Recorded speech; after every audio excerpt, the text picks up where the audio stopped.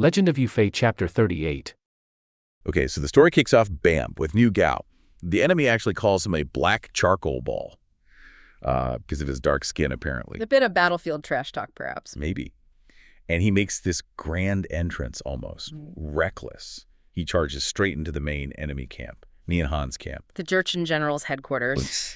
And he's yelling, demanding they let him through to, quote, hustle for grain. I mean, think about that. What kind of general does that? Alone, facing impossible odds, storms the enemy HQ with just twin maces. Just to get through them. It says so much about him, doesn't it? Utterly fearless. Maybe a little impulsive, you could say.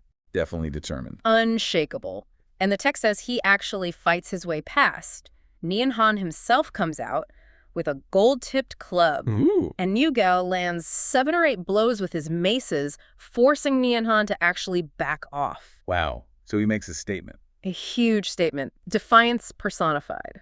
But, okay, while Niu Gao manages to punch through and heads towards Xiangzhou for the supplies, back on Bull's Head Mountain, things are getting worse. Right, the pressure's ramping up. Yufei is getting seriously worried. Because Nian Han and the other big commander, Wu Zhu, they're not just sitting there. They've brought in, what was it, a massive number of troops. The sources mention 600,000 to 700,000 soldiers. 700,000. Yeah. I mean, it's an almost unbelievable number. They are serious about making sure nothing gets in or out. It's a full-blown, airtight siege. Okay, so Niu Gao gets to Yangzhou. His journey takes him from the battlefield to, like, the civilian administration. He needs to see the local commissioner, Lu Guangxi. Right, the guy in charge of resources there. And Niu Gao, still in a massive hurry, just barrels into the headquarters. No knocking, no appointments. No, probably not. He apparently takes one of his maces and slams it on a drum. Breaks it. Just to announce he's there and needs help now. Oh, brilliant. It's such a great image. That clash, you know, military urgency versus, well, bureaucracy. You'd think the commissioner would be furious. Well, initially, Lu Guangxi does kind of question him, like, hey, you had a 4-day deadline, you're only 3.5 days in, a bit by the book. Wow. But he quickly gets it. He sees the desperation in Niu Gao, understands how critical this is. And get this, the commissioner stays up all night personally supervising. Wow. Yeah, making sure the 3,000 escort soldiers and all the provisions are ready to go by dawn. It shows you just how serious the situation was. Even the bureaucratic wheels turned instantly. Because it's about saving the emperor, the whole court. Exactly. Survival. Okay, so Niu Gao gets the supplies, the escort. He starts heading back. Victory seems close. But then the weather turns. Oh, of course. Never easy. A sudden massive downpour. Just torrential rain. They have to find shelter fast. Makes sense. Can't let the green get ruined. They find what looks like maybe an old temple. But no, it turns out to be this grand royal palace. A palace out there. Apparently. And Niu Gao, completely focused, just practical. He doesn't waste time. He orders the grain carts straight into the main hall. Into the palace hall. With the carts and soldiers. Yep, muddy wheels, shouting soldiers, the whole 9 yards. Talk about making a ruckus. No time for politeness when the emperor's starving, I guess. He's certainly single-minded, but that's bound to cause some trouble. Oh, it does. Because this unplanned stop leads directly to his first, let's call it an alliance. The palace isn't abandoned. Ah, who does it belong to? It belongs to a guy named Zheng Huai, and he's descended from royalty, Runan Wang Zheng En. So, nobility. Okay, important lineage. And he is Yeah. huge. The text says over 3.5 meters tall, like 12 feet. 12 feet. Okay, maybe a bit of epic exaggeration there, but the point is clear. He's an imposing figure. Totally. And he carries an iron club as thick as a wine cup. And he is not happy about his ancestral home being turned into a temporary grain shed. I can imagine. So, confrontation time. Big time. What's interesting is how it starts total misunderstanding. Zheng Huai sees Niu Gao and his muddy troops and assumes they're bandits. Makes sense from his perspective. A bunch of soldiers barging in. And Niu Gao, always ready for a fight, sees this giant guy yelling and assumes he's trying to steal the grain. Of course. High stakes, high tension. So they fight. A fierce duel. And remember, Niu Gao beat Nian Han. Yeah, he's no pushover. But Zheng Huai, Wow. the text says in just 4 or 5 rounds, Zheng Huai disarms Niu Gao, grabs him, captures him. Just like that. Okay, so Zheng Huai is seriously powerful, even more so than Niu Gao initially. Definitely establishes him. But here's where things turn. Niu Gao, tied up, starts explaining. I'm General Niu Gao. I'm on a mission for Yufei for the Emperor. We need this grain. Ah, the reveal. The context changes everything. Completely. Mm. Zheng Huai hears this, understands the gravity, who Niu Gao is. And he's immediately sorry. He unties him. Just like that. Just like that. Not only unties him, but invites him to sit in the place of honor, asks to become his sworn brother, Sworn brothers, a powerful bond. and offers to join the mission with his own men. And then they kill 2 cows, break out 10 jars of wine, have a feast for the troops, and off they go together. Incredible turnaround. From enemies to allies in minutes. It really speaks to that code of honor, doesn't it? And Niu Gao's ability to connect even after being captured. He knows how to turn a situation around. So now they're a bigger group, but they're moving slower because of the grain cart. Makes sense. Vulnerable. And sure enough, another obstacle. They're going through a mountain pass, a gong sounds, Yeah. and suddenly 500 or 600 bandits appear, Led by. led by this really striking young guy riding a white horse, silver spear, white robe, silver armor, silver helmet. Very dramatic entrance. Wow, quite the image. White and silver. And he yells, "Leave the grain." Another challenger. This is becoming quite the gauntlet. Who steps up this time? Zheng Huai, Niu Gao's new sworn brother, eager to prove himself maybe, he charges forward. Okay, the giant versus the silver knight. And they fight. An intense battle, 30-plus rounds back and forth, neither one getting the upper hand. 30 rounds. That's a serious contest. So this young leader is the real deal. Absolutely. Niu Gao is watching this fight, and he realizes, wow, this kid is holding his own against Zheng Huai, the guy who beat me so easily. That's a key moment, isn't it? Niu Gao assessing talent again, recognizing power. Exactly. So Niu Gao does something clever. He doesn't jump in to fight. He calls out, stops the duel. Oh, what does he say? He basically praises the young guy's skill. Incredible fighting. Why are you wasting talent like this being a bandit? You should be serving the court. Ah, the recruitment pitch. Again. He's good at it. And the young man, intrigued, reveals who he is.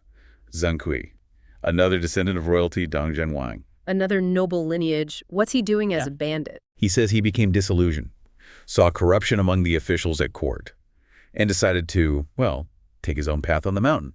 So, another heroic outlaw type. Driven by principle, not just greed. It's a recurring theme. Seems like it. And just like Zheng Huai, once Zheng Kui understands the mission helping Yufei, saving the emperor he's in. Immediately pledges allegiance. Yep. Pledges loyalty to Niu Gao and, by extension, to Yufei. So they all go up the mountain to Zheng Ku's stronghold. Formalize the brotherhood, I bet. You got it. Another ceremony, another feast, and then they combine their forces.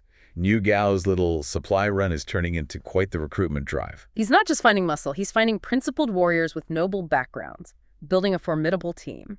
But it's not over yet. They set off again, now an even larger group. And guess what? Let me guess. Another blockade? You know it. This time it's serious. 4,000 to 5,000 troops blocking the path. And their general, Oh boy. even more imposing. Sounds like it. 8 feet tall, golden helmet, golden armor, riding a blue-maned horse. Blue mane. Okay. Carrying this incredible weapon. A chiseled gold tiger head spear. He just radiates power. And he also demands the grain. Okay, this feels like the final boss level of grain delivery challenges. Who takes him on? Zheng Huai naturally charges in first. Our giant friend. How does he do? Not well. A few clashes, and Zheng Huai is pushed back, sweating, breathing hard. Clearly outmatched this time. Wow. So this new guy is even stronger than Zheng Huai. Significantly. So Zheng Kui, the Silver Knight, jumps in to help Zheng Huai. 2-on-1 now. Okay, Zheng Huai and Zheng Ku together, that should be enough, right? You'd think. But no. Even 2-on-1, they cannot beat this golden armored general. He's holding them both off. Incredible. The power scaling here is intense. So Niu Gao, seeing his 2 new brothers struggling, dives in himself, twin maces flying. Now it's 3 against 1. Niu Gao, Zheng Huai, and Zheng Ku versus this one general. Yes, 3 elite fighters that Niu Gao has gathered, and they still can't beat him. The general is effortlessly parrying, blocking, completely in control. Who is this guy? He must be legendary. He is. After holding them off, he finally speaks. Reveals himself as Gao Chong, another descendant of nobility, Kai Ping Wang. Another prince. It's like a gathering of lost heroes. Exactly. And he explains, my mother sent me. She heard about the emperor being besieged on Bull's Head Mountain and told him to go help. Sent by his mother. That's unexpected. And then he casually mentions, almost as an aside, that he once single-handedly fought off foreign invaders at a place called Red Peach Mountain and won carts full of gold and silver. Okay, so he's not just strong, he's a bona fide established hero with a legendary victory already under his belt. Totally. He wasn't just blocking the road. He was on his way to help anyway. But Oh. true to form, wanted to test the skills of whoever was coming through. Warrior's pride, maybe. Seems likely. A way to assess allies, perhaps. So how does Niu Gao handle this? He's just been thoroughly outmatched along with his best guys. This is where Niu Gao's leadership, I think, really shines. He instantly recognizes Gao Cheng's supreme ability. There's no ego. He immediately suggests that Gao Cheng should be the older brother among them all. Deferring leadership based on pure skill and renown. That's smart. Very culturally savvy. It totally works. Gao Cheng accepts, joins their cause, and now he leads the way, clearing the path. This newly forged alliance is now unstoppable. What a journey for Niu Gao. From lone general to leader of this incredible band of heroes. Nudi Mountain, Marshal Yufei's army besieged. They desperately need supplies. Right, the situation is pretty grim. So General Niu Gao is leading a relief force to bring in food and stuff, and he's got 3 new guys with him. Powerful fighters, Gao Cheng, Zheng Wei, and Zhang Kui. New faces, yeah. And this is where it immediately gets intense. Oh, absolutely, because almost straight away, Gao Cheng says, I'll go. Like, he volunteers to charge the main Jurchen camp, alone. Just like that. Imagine the sheer guts. I mean, into the heart of the enemy camp. He charges in, literally shouting, Gao General has come to smash your camp. No subtlety there. None. And his spear is just devastating. The text says he's hitting guys far off, whipping guys nearby. It describes it like cutting melons and vegetables, you know? That phrase really captures it, doesn't it? Just implies complete ease, almost contempt for the enemy's defenses. He carves an eye, a blood path.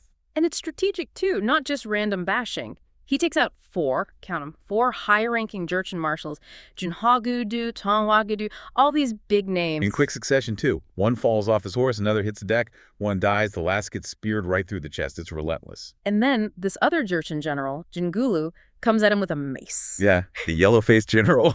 Gao Cheng spears him through the heart, but then, get this, he lifts the body up and throws it straight up into the sky. Whoa. Okay, that's making a statement. The psychological impact must have been immense. Totally. The Jurchen soldiers are terrified, completely demoralized. Niu Gao and the other 2 are fighting alongside, adding to the chaos, but Gao Cheng is the main event here. And connecting this back, this isn't just, one guy showing off. This is strategically vital. Right. He breaks the enemy's spirit, secures the path to those crucial provisions, and introduces this terrifying new force. Wu Zu, the Jurchen commander, has basically no choice but to pull back, regroup. It shows how one person's incredible courage can literally shift the battlefield. Such a pivotal moment. So back at Yufei's main camp, news starts trickling in. First reports that the Jurchen lines are in chaos. Confusion. Then the amazing news. Niu Gao's made it.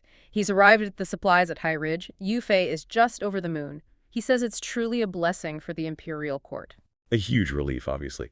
But what Niu Gao does next is interesting. Yeah, he doesn't hog the glory, does he? He immediately points to Gao Cheng, Zheng Wei, and Zhang Kui.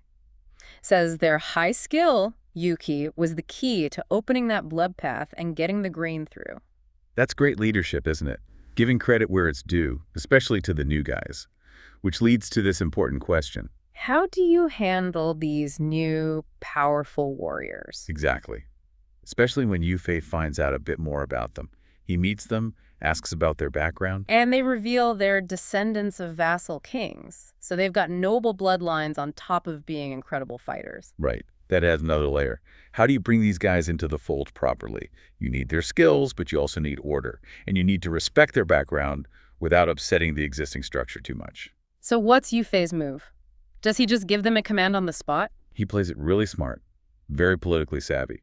He doesn't just decide himself. He takes them straight to the Emperor Gaozong at Wuxu Palace. Okay, involving the top authority. Exactly.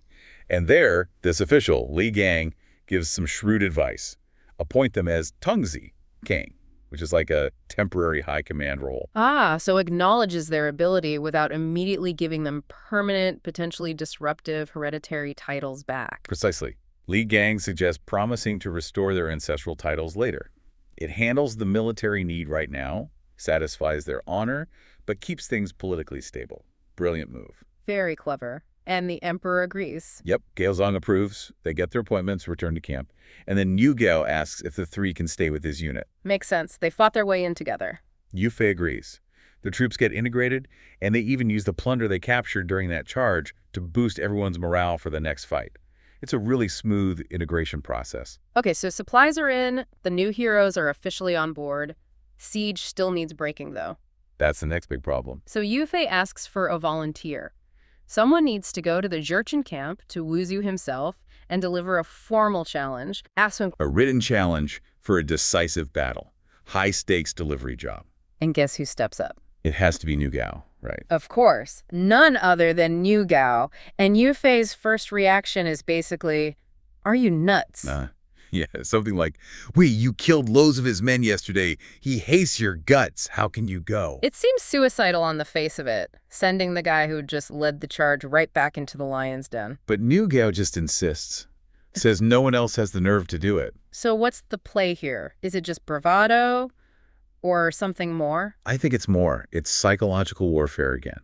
Niu Gao understands that the way the challenge is delivered is part of the message. It needs to be an act of absolute confidence, almost contempt. So he's not just a messenger, he is the message. Kind of, yeah. And look how he prepares. He dishes his armor, puts on formal robes. The text hilariously says he looks like a judge in the city god temple. That's brilliant. Completely unexpected. He's turning the whole encounter on its head before he even arrives. Exactly. But it's not all jokes. There's real tension. His brothers are crying as he leaves. He wipes his own tears away, doesn't want the enemy to see weakness. Right, he even tells his brothers, if I don't come back, look after Gao Chong and the others. He knows the danger is real. Definitely. So he gets to the Jurchen camp. The guard general, Ping Zhang, recognizes him, calls him Nu Nanman, like Nu the Southern Barbarian. Charming. But Ping Zhang is totally confused by the outfit. And Niu Gao hits him with this great line. To be both civil and military, that's a true man. Love it. He's schooling the enemy general on etiquette. And Yeah. then he scolds Ping Zhang for not using the word please when announcing him to Wuzhu. The sheer audacity in the middle of the enemy camp. Incredible nerve. So he goes into Wuzhu's main tent. The Jurchen soldiers are just laughing at him, at his outfit. He must look completely out of place. But Niu Gao is totally unfazed.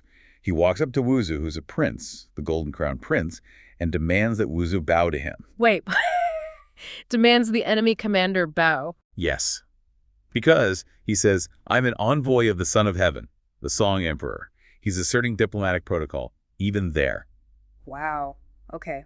That takes guts. And then he gives this amazing speech. I am Niu Gao. Am I someone greedy for life and afraid of death? Someone who dodges arrows? If I was scared of being killed, I wouldn't have dared to come. Master.